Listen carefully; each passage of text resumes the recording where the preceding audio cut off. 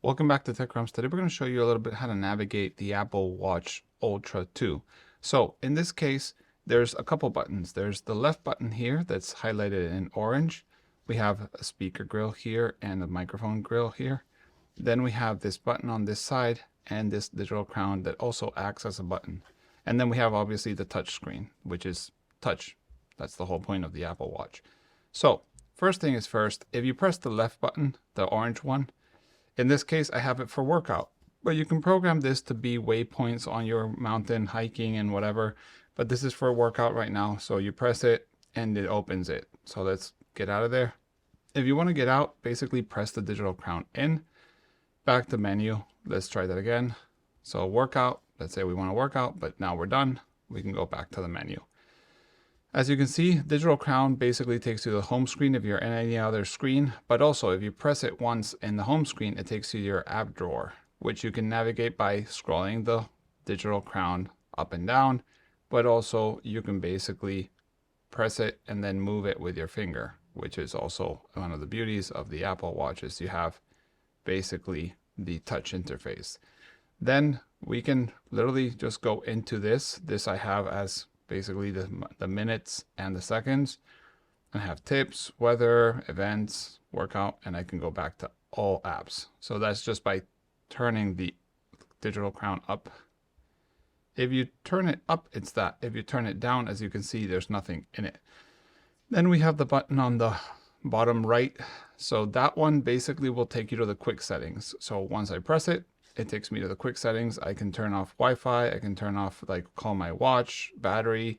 I can have the sound, flashlight, airplane mode, water, all of these settings here, and you can even edit them here. And I can press it again, takes me out of there. But same thing goes, I can press it, press the digital crown, and I'm out. I can also press it and use the digital crown to scroll up and down, and digital crown again.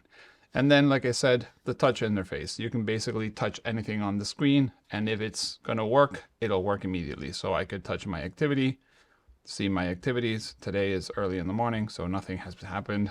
I can then again touch here. I can touch my battery. It will tell me about the battery. I can turn on battery, low power. I can click X and I'm out. I can do the workouts because I have them programmed to the bottom left, which I actually have on the action button on the bottom left, so I could possibly change that. Then I have my events. I can see here events. Then I have my weather, and I have my time and so on. As you can see, it doesn't really do much from there. I can also scroll from the top for notifications. That's usually useful. Let's go back and I can, oh, that one doesn't work like that. Interesting. I guess I have to scroll. It's buggy right now. Interesting. That took a second. If I can scroll from the bottom like I showed you, same as the digital crown. I can do it from the crown, but I also can do it from the crown. And then there's no swipe to the right or the left in this case. This doesn't look like it does anything, but those are basically all the controls you have. There's obviously things depending on the submenu you have on the screen. So if I'm here and I touch on the screen, it can take me to different things. This one actually doesn't have anything, so it's just clock. But I can go from there into other modes if I need to by opening these. But if I am, for example, on this Ultra, I have all these other menus. I have the weather, but I also have UV index, which is on the bottom right. I can go back here. I can check my sundown. When does the sun come up? When does the sun come down? I can check my waypoints. I can check my compass, and I can see where east is, where west is, and so on and so forth. But yeah, that's how you basically interact with the Apple Watch Ultra, all the buttons and things you can do. Obviously it has voice commands, so you could call out for the assistant and it should activate if it's ready.